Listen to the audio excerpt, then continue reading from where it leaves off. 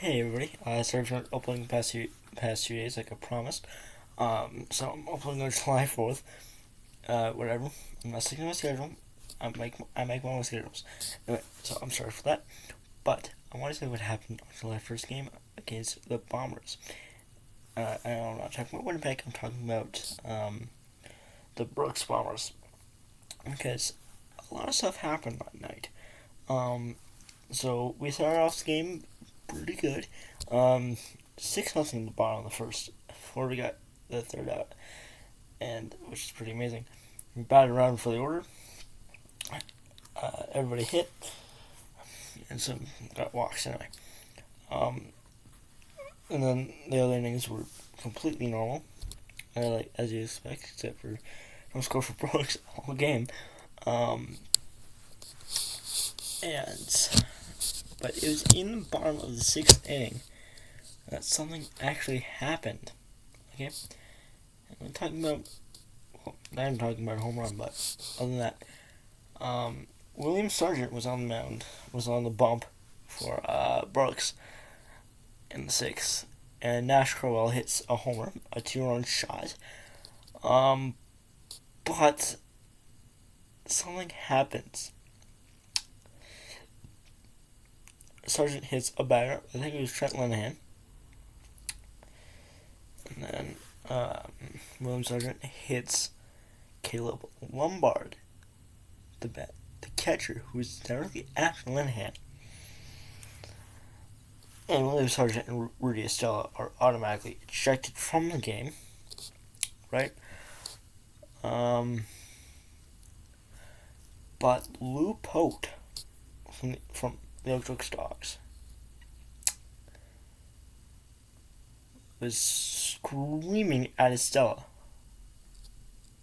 from just behind home plate. And he actually had to be restrained by both our third base coach and our first base coach. Now, he's a tall man, okay? You can see some pictures on the Eagle 101 page, and also a little bit of whatever. Yeah. So, Lou Pote is screaming at Ruddy Estella from right behind the plate. And he ends up also getting tossed from the game. But then, yeah, the fans were going wild, and I was down on the field because I was bad boy for this game, right? And I could hear them yelling, like just screaming from the grandstands in the berm and the second berm that I had set up. And sorry if you can't see my face right now. Well, this is kind of dark because I had a busy day, and there goes the alarm. Anyway, hang on, I'll be right back. Alright guys, I'm back. So Lou Pote is screaming at Ruddy Estella, right? And he gets tossed, but whatever. But both dugouts are on the field. Yeah. You heard me right. Both dugouts came out onto the field. Our pitching coach was holding everybody back. Yeah, everybody was like, yeah, it was a fiasco, like I said. But after this, I believe in the same inning, I can't remember, but a face returned to the dugout, and that face was Matt Tugboat Wilkenson. Yeah, you heard me right. Matt Tugboat Wilkenson. Go check the Dawgs Facebook page. I will link that in the description down below. I'll link the direct post about going to the elderly going out east to the Atlantic League, which is apparently the most prestigious league in Canadian baseball. Well, apart from the MLB, but just truly Canadian. Well, not that there are American players and international players, because there is. I'm just saying that there's no American teams. Yeah. Or there's no international teams, all Canadian teams. Yeah. But yeah. I know that William Sargent is suspended. I'm not sure for how long. And Lou Pote probably got suspended as well. Just due to his involvement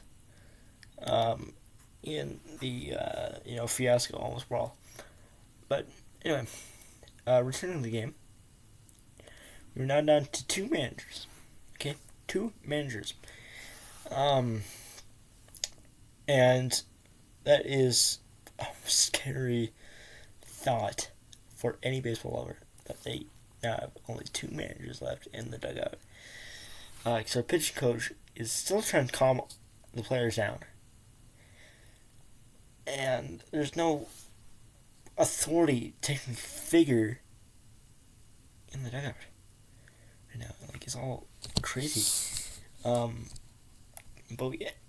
Brooks ends up getting out of the inning anyway without us doing any more damage with 2 runners on. They strike the next 2 batters out, actually. Anyway. So, we scored 2 more runs, I believe, in the bottom of the 7th, or the 8th, and we ended up winning the game. But I got a story. It's about after the game. Oh yes, folks, it's not over yet. So, yeah. So after the game, there's only 1 firework. Until they suddenly stopped, there's a delay between fireworks. And 2 fans on the Core 4 14 plus patio turned on their cell phone lights. And the players and myself were on the field, right behind the bump. And we did the same. We did the exact same thing. We turned on our cell phone lights. We waved around here. I actually got my cell phone light. So imagine like this. Just seeing this. Like, from across, like all across the stadium. It was beautiful. And the music that they were playing at the time synced up beautifully to what was going on the field and in the stands. But now it's time to put on tinfoil hats. As we dive into a bit of controversy about the game. Okay? So earlier in the game, our dugout was saying stuff to the umpire that the umpire apparently didn't like. We got to him. We got under his skin. And the umpire called time and said, "That's enough." And, basically just gave us a warning. We received 2 warnings in this game. After Trent Linihan, so for this, earlier in the game, and after Trent Linihan got hit. And then the ejections happened. Then we accidentally hit one of the batters, apparently, in the top of the 8th or 7th. And Brooks was not really happy with it, but they intentionally hit 2 of our batters. If we only hit 1 by accident. So, can you really call it controversial? I don't know. Other than that, I don't really got anything else to say. Like, subscribe, and comment on this video if you really enjoyed it.